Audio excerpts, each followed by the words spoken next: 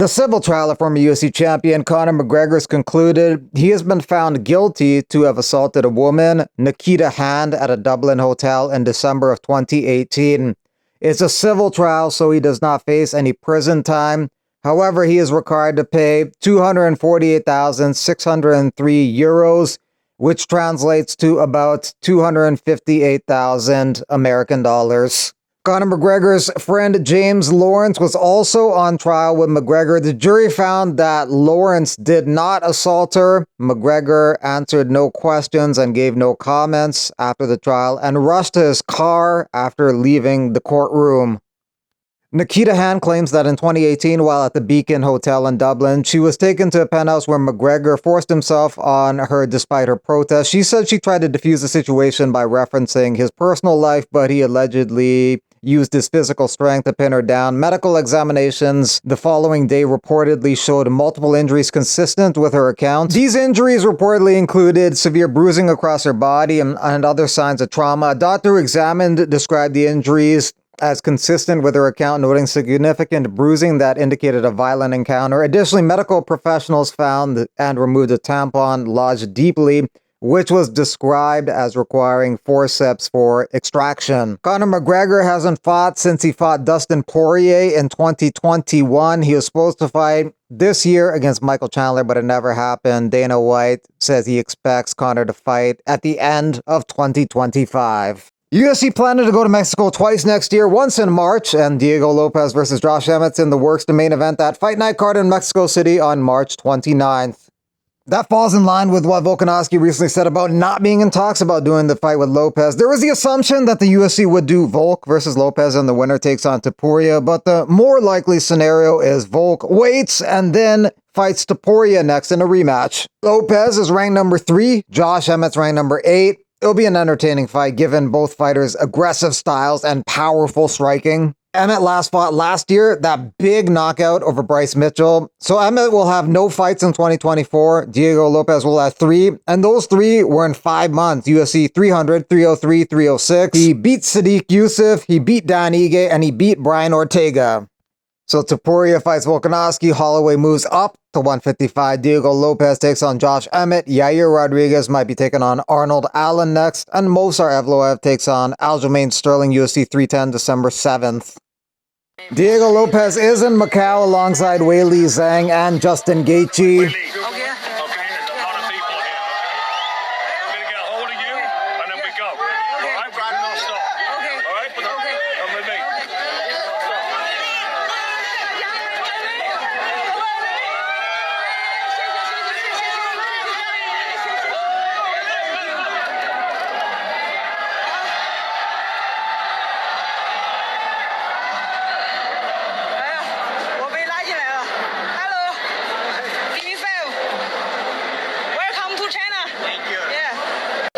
China, Shama. Shama. Yes. Your table is ready.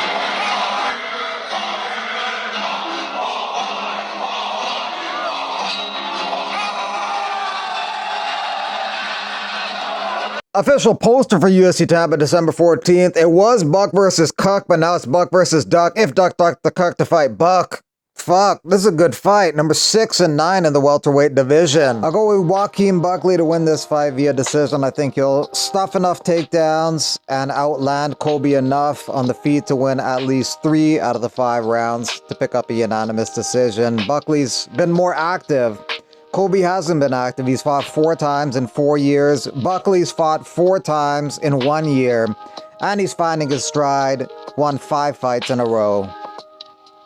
Charles Oliveira's fight with Michael Chandler was the first time that Oliveira wins past 3 rounds in his 46-fight career. Dana White tells the Sports Business Journal that they're doing a $30 million renovation on the Apex at some point to increase capacity. He also says they're launching a reality show for grapplers soon. Kaya Sakura wants to fight at 125 and 135 in the UFC. This pay-per-view won't do many buys. Usually the last pay-per-view of the year is a big one for the UFC, a blockbuster one. Not this year. Some people are surprised that Aljo versus Evloev is on the prelims and Chrome Gracie versus Bryce Mitchell is on the main card. James Yontop weighed about 200 pounds on fight night. Mauricio Rufy about 170, so 30-pound gap there. Rufy says, I went in knowing that he'd be heavier than me. I didn't think it'd be that much, and it was a great fight for me. I played my game for 3 rounds, didn't get frustrated. I left there with several answers and ready for the next one, and yes, the weight had a big influence. The Yans, Yan Shannon and Piotr Yan, are the favorites in the main event and co-main event on Saturday. I'll go with them to win via decision. Merab is hoping Figueiredo wins this fight so he can try and fight him instead of Umar. He already beat Piotr Yan 50-45. But if Yan wins, Merab will probably just keep pushing for the O'Malley rematch. Netflix will be a bidder for UFC media rights next year. They have become the official home of the WWE, which is under the same umbrella company as the UFC. On January 1st, WWE Network will no longer be available. After January 1st, Netflix will be the exclusive home of WWE. UFC would also consider putting their product on multiple platforms like the NFL does, which a lot of people don't like because that fracture access behind more subscriptions and more paywalls. Would you be willing to pay for multiple streaming services to watch UFC? People are saying they wouldn't even bother with illegal streams. Right. If UFC just gave them a better option. Makes sense. Something more affordable, more convenient. For one, $80 for a pay-per-view, it adds up.